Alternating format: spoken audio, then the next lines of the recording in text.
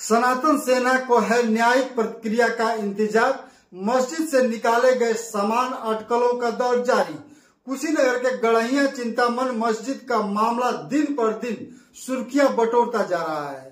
यहाँ रोज घटते घटनाक्रम लोगों का ध्यान अपने ओर आकर्षित कर रहा है। तो जितनी मुंह उतनी बात को बतंगड़ की तरफ ले जा रहा है।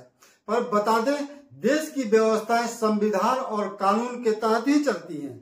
अनायास के बोल व्यवहार भावनाओं को आहत कर सकती हैं, ठेस पहुंचा सकती हैं। हमारी खबरें थोड़ी निरस हो सकती हैं क्योंकि व्यूज पाने के प्रयास में खबरों को वास्तविकता से दूर हटकर सेंसिटिव करना मेरे लिए थोड़ा सा मुश्किल है। हमने संपूर्ण तथ्यों को जानने के लिए मस्जिद परिसर में पहुंच दोनों ही पक्ष किसी भी हिंसक विवाद से दूर न्यायिक प्रक्रिया का इंतजार कर रहे हैं और दोनों ही पक्ष कोर्ट के शरण में न्याय की उम्मीद में हैं। आइए आपको सुनाते हैं क्या कुछ कर रहे हैं किशोर साई, जो सनातन सेना का पक्ष रखते हुए अवैध तरीके से बने मस्जिद का मुखालफत कर रहे हैं। किशोर साई जी, आज का जो सुनने में आया है कि यहाँ से कुछ मुस्लिम समुदाय के लोग यहाँ से कुछ सामान उठा के ले गए हैं, तो ये किस तरह की परिस्थितियाँ हैं, क्या हो रहा है यहाँ पर? इनको एक्चुअली 18 दिन का अल्टीमेशन दिया गया था कि मुस्लिम कम्युनिटी के लोग इस अवैध अतिक्रमण को खाली करवा दें जी। तो कल लास्ट डेट था और आज उनको लगा कि बुलडोजर की कार्रवाई हो सकती है, तो उन लोगों ने आज मस्जिद के अंदर सारा सामान जो रखा हुआ था वो निकाल के लेके गए जी। आज सामान निकाल के ले गए। एक चीज़ यहाँ आ रही है कि ये जो रास्ते की भूमि है, और आपने जैसा कि पहले बताया कि यहाँ 2 नंबर की भूमि है, तो दोनों नंबर की भूमि कैसी है और किस तरह की नवैयत है? ये काटा संख्या 645 और 648 भू अभिलेख में रास्ते के नाम से अंकित है और ये रास्ते पे ही मस्जिद और ईदगाह का अवैध कब्जा किया गया जी। हमसे दूसरे पक्षों की भी हमारी बात हुई थी।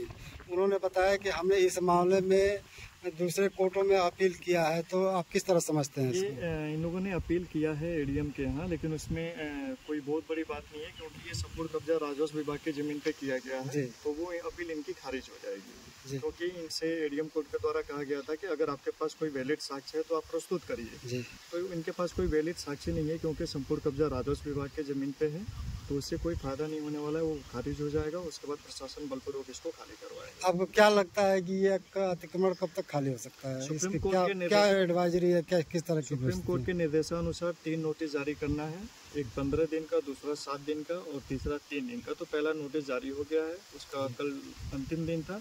तहसील प्रशासन के द्वारा सेकंड नोटिस जारी किया जाएगा और थर्ड होगा, उसके बाद से इसको बलपूर्वक खाली कराया जाएगा। इसमें 3 नोटिस और होने हैं, उसके बाद से भी यहाँ से लोग स्वतः नहीं हटाते हैं तो प्रशासन आके यहाँ हटा लेगा। नोटिस जारी हो गया है और नियमानुसार जानकारी ये मिल रही है कि 2 नोटिस प्रशासन और जारी करेगा। उसके बाद अगर भी ये लोग खाली नहीं करते हैं तो इसको प्रशासन बलपूर्वक खाली कराएगा।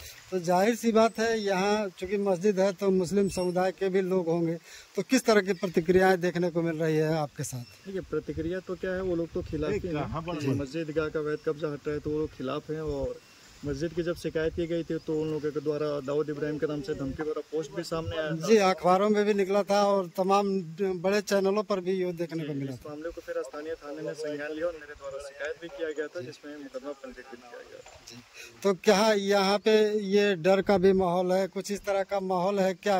मतलब कुछ तरह ये लोग अपराधिक किस्म के व्यक्ति भी हैं, तो ये असमंजस तो है ही कि वो लोग कोई भी कदम उठा सकते हैं जी। सनातन सेना का माने किस तरह का प्रयास रहा इस मुद्दे पर? देखिए, हिंदुवादी संगठन है सनातन सेना, उन्होंने उनके जानकारी हुई कि यहाँ गढ़िया चिंतामन में लैंड जिहाद हुआ है, तो उन्होंने इस मामले को संज्ञान लिया और मुख्यमंत्री जी को भी उन्होंने सूचना दिया था। संगठन की तरफ से भी काफी प्रयास किया गया है कि इस अवैध अतिक्रमण को हटाया जाए। जो नहीं जानते ऐसे बहुत से लोग हैं जिन्हें लग रहा होगा नोटिस चस्पा हो गया, मियाद भी पूरी हो गई और बुलडोजर कभी भी इस मस्जिद को ध्वस्त करने ही वाली है। ऐसे में कहीं खुशी कहीं गम ने समान रूप से डेरा डाल रखा है, पर देश का कानून सभी को बराबर पक्ष रखने का मौका देता है। आइए अब हम दूसरे पक्ष को भी सामने रखने का प्रयास करते हैं, जिसका दस्तावेज हमें प्राप्त हुआ है। चूंकि आखिरी निर्णय कोर्ट का आना बाकी है, मैं किसी भी पक्ष से किसी ठोस निर्णय का दावा नहीं करता। हाँ, जनता के अपने राय होते हैं। आप हमारे साथ थोड़ा समय देने के उपरांत बताएं यहाँ किस तरह की कार्रवाई होनी चाहिए या नहीं। पर इसके लिए खबर को अंत तक देखना जरूरी है, ताकि आप भी दोनों पक्षों को जान सकें, समझ सकें। मामले में गांव के पूर्व प्रधान इस्लाम अंसारी ने सर्वसम्मति से पूरे समाज का प्रतिनिधित्व करते हुए अपर जिला अधिकारी कोर्ट को अपील के आधार को रखते हुए कुल 15 तर्क रखे हैं। संपूर्ण का लाभोलुआब बताऊं तो मामले में लेखपाल के रिपोर्ट को गलत और दुर्भावना से ग्रसित बताया गया है, जिसके आख्या पर तहसील कोर्ट द्वारा बिना दूसरे पक्ष को सुने यह आदेश दिया गया है। यहाँ 35 घरों से करीब 200 मुसलमान के आस्था का विषय है। करीब पिछले 30 वर्षों से यह आस्था जारी है, जबकि सड़क के विषय में बताया गया है कि पीडब्ल्यूडी के तहत सड़क को पक्का करा दिया गया है और यहाँ गाड़ियों के आवागमन में कोई समस्या नहीं है। आपत्तिकर्ता को होली के पूर्व प्रकरण का पता चला तो अपील किया जा रहा है।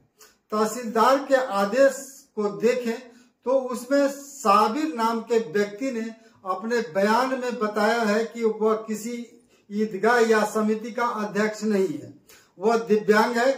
राजनीति बस उसके नाम को घसीटा गया है। इसके अलावा लेखपाल शंभू प्रसाद, अरविंद किशोर शाही के बयानों को दर्शाया गया है। पूर्व प्रधान ने बताया कि माहौल को देखते हुए वहां किसी के न रहने के दशा में सामान को वहां से हटाया गया है। उम्मीद है कोर्ट सभी के भावनाओं का ख्याल रखते हुए न्याय करेगा। हम कोर्ट के फैसले का सम्मान करते हैं। आप देख रहे हैं छोटी खबर बड़ा असर।